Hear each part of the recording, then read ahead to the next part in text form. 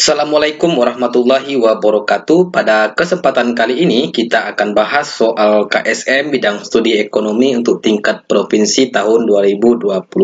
Langsung saja kita ke soal yang nomor 1. Hasil publikasi Badan Pusat Statistik per Juni tahun 2021, sebaran penduduk Indonesia antar pulau adalah seperti yang terlihat pada tabel soal nomor 1.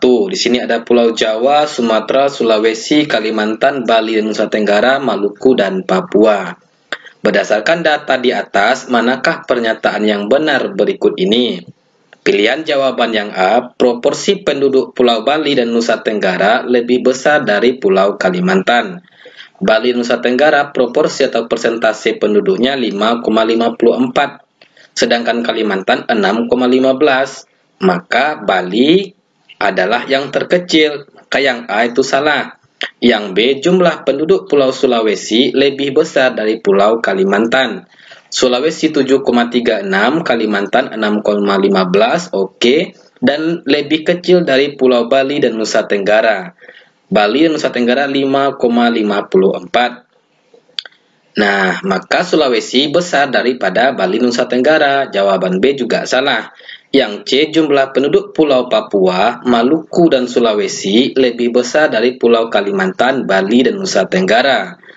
Pulau Papua Maluku 3,7% ditambah dengan Pulau Sulawesi 7,36, maka totalnya 10,53%. Sedangkan Pulau Kalimantan, Bali, dan Nusa Tenggara, Kalimantan 6,15, Bali dan Nusa Tenggara 5,54, maka dia 11%-an. Maka yang C juga salah. Yang D, proporsi penduduk Pulau Sumatera lebih kecil dari pulau-pulau lainnya di luar Pulau Jawa. Nah, di luar Pulau Jawa yang paling besar adalah Sumatera, maka Sumatera bukanlah yang paling kecil. Maka jawaban A, B, C, dan D semuanya salah. Pilihan jawaban yang nggak ada yang benar. Tapi, kalau kita perbaiki yang poin C, maka poin C merupakan jawaban yang benar. Jika dari Pulau Kalimantan ini dikasih titik, bukan koma. Kalau dikasih koma, maka dia merupakan penambahan jumlah penduduk Kalimantan, Bali, dan Nusa Tenggara. Jika dikasih titik, maka dia terpisah. Sehingga jumlah penduduk Pulau Papua, Maluku, dan Sulawesi lebih besar dari Pulau Kalimantan. Nah, itu benar. Dan lebih besar juga dari Pulau Bali dan Nusa Tenggara. Baru jawabannya benar. Kita ke soal yang nomor 2. Perhatikan gambar kurva break even point berikut ini. Break even point merupakan titik pulang pokok atau titik impas. Nah, di sini ada beberapa poin. Pernyataan terhadap gambar di atas adalah garis merah menunjukkan total biaya tetap sebesar $100.000. Yang garis merah fixed cost biaya tetap $100.000 dan garis kuning menunjukkan biaya total sebesar $120.000. Sebesar $120.000. Nah, poin 1 itu benar. Biaya tetapnya 100, biaya totalnya $120.000 sehingga biaya variabelnya sama dengan $20.000.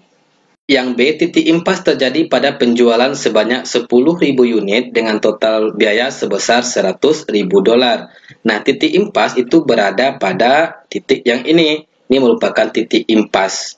Titik impasnya terjadi pada saat penjualan sebanyak 10.000 dan total biaya itu 120.000, bukan 100.000. Maka yang poin 2 itu salah. Segala yang ada poin 2 itu jawabannya salah. Kita cek. Maka jawaban A, jawaban B, jawaban D salah. Tinggal jawaban yang C.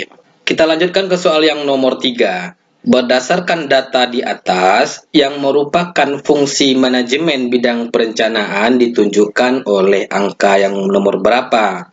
Yang poin 1 itu artinya menentukan tujuan, yang nomor 2 menentukan lokasi, yang nomor 3 memberikan motivasi, yang keempat mencari alternatif, yang kelima membagi pekerjaan, yang nomor 6 itu artinya membuat rencana tujuan.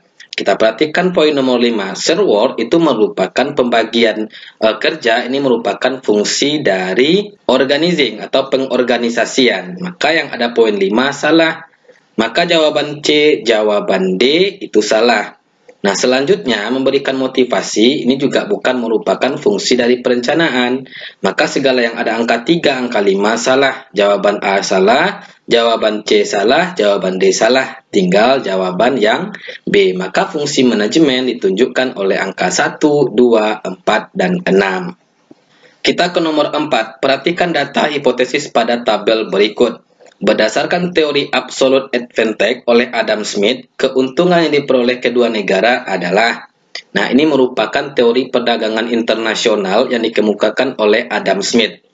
Nah, teori keunggulan mutlak atau absolute advantage teori yang dikemukakan oleh Adam Smith ini menjelaskan bahwasannya suatu negara baru bisa melakukan perdagangan internasional kalau masing-masing negara tadi mempunyai keunggulan mutlak pada masing-masing produk. Kita perhatikan di sini, Indonesia itu unggulnya di bidang kopi, Malaysia unggulnya di bidang kain. Kata Adam Smith, kalau kondisi negara seperti ini, maka baru bisa melakukan perdagangan internasional agar saling untung. Nah, berapa keuntungan yang diperoleh Indonesia dari keunggulannya di bidang kopi dan berapa keuntungan yang diperoleh Malaysia dari keunggulannya di bidang kain? Untuk menjawab soal yang nomor 4 ini, maka yang harus kita lakukan adalah mencari atau menghitung berapa nilai tukar dalam negeri dan luar negeri untuk masing-masing produk ini.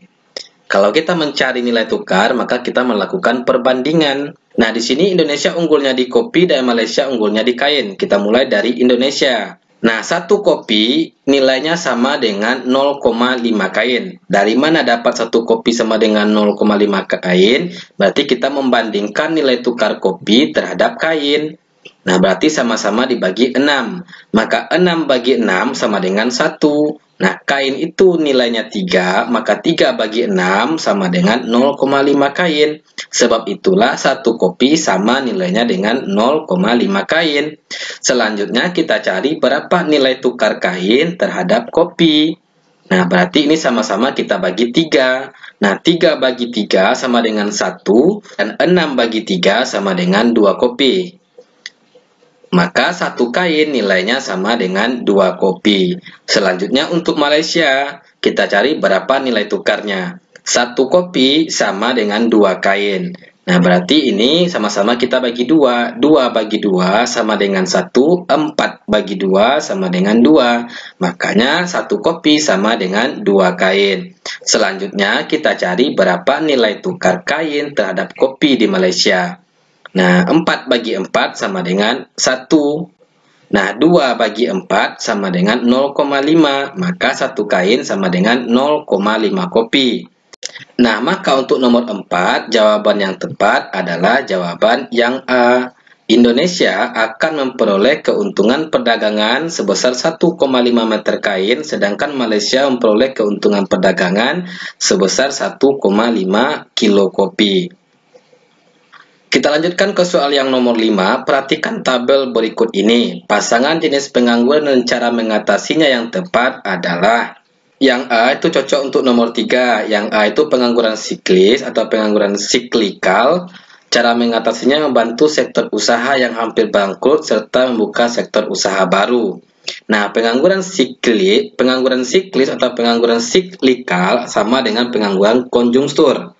Nah, artinya pengangguran yang disebabkan oleh berubahnya situasi perekonomian atau tidak stabilnya perekonomian. Maka cara mengatasinya adalah dengan cara membantu sektor usaha yang hampir bangkrut serta membuka sektor usaha baru. Maka yang nomor 5 itu tepatnya adalah yang A itu pasangannya nomor 3. Yang B itu pasangannya 4. Yang B itu pengangguran musiman, pasangannya 4. Membuka proyek-proyek padat karya itu tidak cocok untuk pengangguran musiman. Yang membuka proyek-proyek padat karya itu cocok untuk pengangguran siklikal atau pengangguran siklis ini. Sedangkan pengangguran musiman cocoknya itu adalah memberikan keterampilan dan keahlian pada bidang lain. Maka yang B ini pasangannya yang nomor 1. Yang nomor A ini pasangannya yang nomor 3. Atau boleh nomor 4. Sedangkan yang pengangguran teknologi pasangannya adalah tidak ada. Nah, memberikan informasi tentang pasar tenaga kerja sesuai dengan job description yang ada, ini merupakan cara mengatasi pengangguran friksional. Pengangguran friksional adalah pengangguran yang disebabkan oleh sulitnya mempertemukan antara pencari kerja dengan lowongan pekerjaan yang tersedia, sehingga cara mengatasinya memberikan informasi tentang pasar tenaga kerja.